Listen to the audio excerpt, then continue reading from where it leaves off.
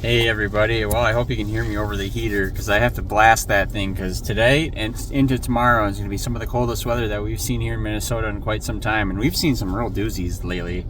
We had minus 30 last 2 weeks ago, but tomorrow night's going to be minus 21, and that's the real actual temp. So with 10 to 15 mile per hour winds added to that, we're probably going to be looking at around 40 below.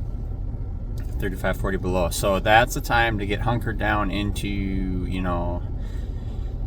getting hunkered down into our houses and staying warm and spending time with your family. And I know the kids are off school, so we're going to spend some time together. So, hey, why don't you just come with me? We're going to hit the road here for a second. I had a pretty eventful day today, unfortunately, right?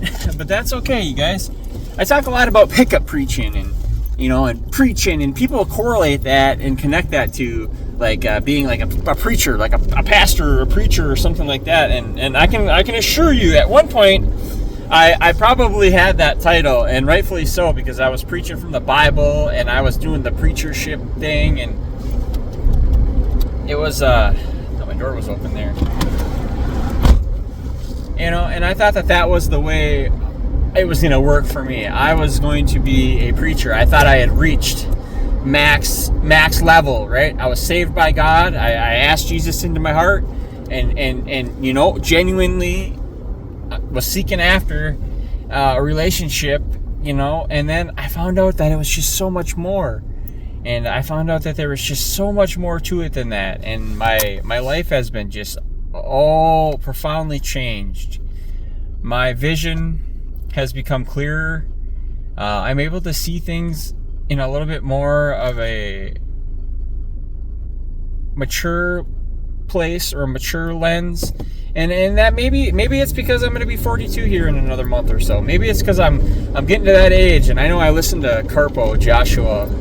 I listen to all of his content, and man, the more I listen to his content, the more I can relate with that. And it's just a part of getting older too, and realizing and experiencing and having the courage to get to work on yourself, right?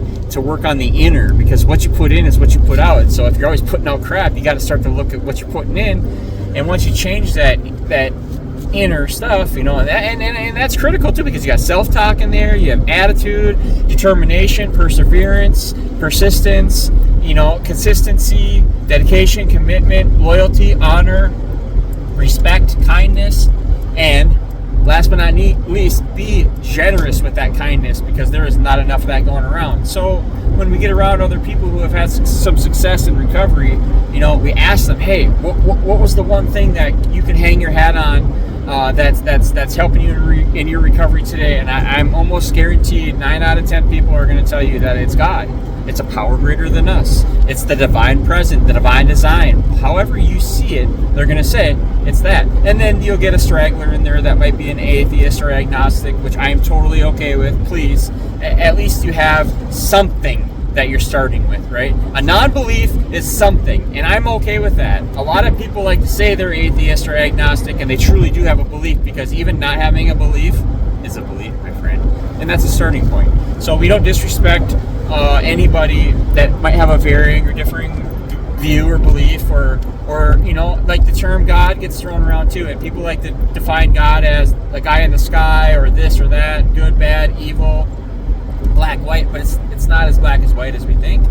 And here we come into this world naked, and we're going to be taken away naked. So, but actually, you're not going to be naked, because all the things that you acquire and accrue as far as spirituality, maturity, your existence is going to be bettered by these things, right? So like Josh said, like Carpo said, as long as you're striving to be a better person, or striving, to exist in a higher plane, in a different way, in a better way, in a more truthful way, in a more respectful way, in a more kinder way, then amen, you're on your path, right? But listen, my friends, our path, our journey, our destination is what we got going on, and what our actions, what we put in is what we put out, but our actions are going to speak a lot louder than words. And so we just got to live it. We got to breathe it. We got to eat it, sleep it. Get around people that are going to encourage you to do the same. Amen. Preach it, brother. and keep those people around, because they're few and far between. There are some places that we can look to find these people, and those places you're going to find them are in meetings, right, at recovery groups, out in your community doing outreach, and heck, you'll even find some of these people at some of the least expected areas, and you'll meet some great friends along the path in the least expected ways and means and areas. I'm telling you, God works in awesome ways, and I'm excited, you guys. I had a little bit of a rough morning, day kind of spot, but I worked through it.